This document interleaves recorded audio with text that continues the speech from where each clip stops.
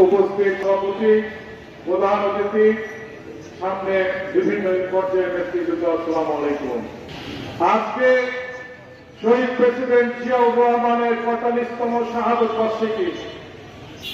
আজকে প্রেসিডেন্ট জিয়াউর রহমানের শাহাদত বার্ষিকী উপলক্ষে আপনাদেরকে আমি ২ মিনিটের বক্তব্য শেষ করব। প্রেসিডেন্ট জিয়াউর রহমানের ১৯ দফা ছিল না? সেই ১৯ দফা যদি আপনারা ফলো করতে পারেন, তার প্রথম দফাই ছিল যে খাদ্য স্বয়ংসম্পন্ন হতে হবে।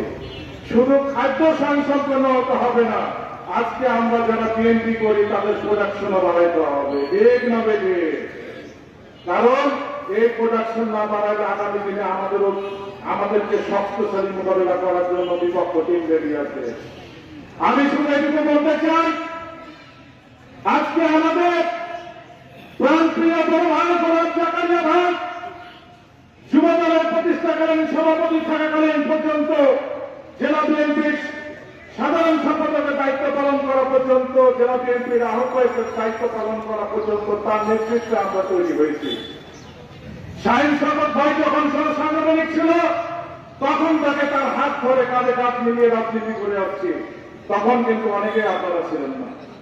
আজকে সেই আন্দোলন সংগ্রামে আজকে 18টি বছরে 23 জন গুম হয়েছে। আপনারা তার বিচার চান কি চান না বলেন? আজকে আমার মাননীয় প্রধানমন্ত্রীকে জানাতে চাই, আজকে রামিসা হত্যার মামলায় আপনি যেমন দ্রুত পেলেন, তার বিচারের সুব্যবস্থা করে দিলেন। চাঁপাইনবাবগঞ্জ জেলাতে যে 23টা পরিবার আছে খুনের শিকার হয়েছে, আমি তার কাছে অনুরোধ করতে চাই, এই 23টা খুনের বিচারে আপনি সুব্যবস্থা করে দিবেন। এই বলে আমি বক্তব্য শেষ করছি। আসসালামু আলাইকুম। বাংলাদেশ জিন্দাবাদ।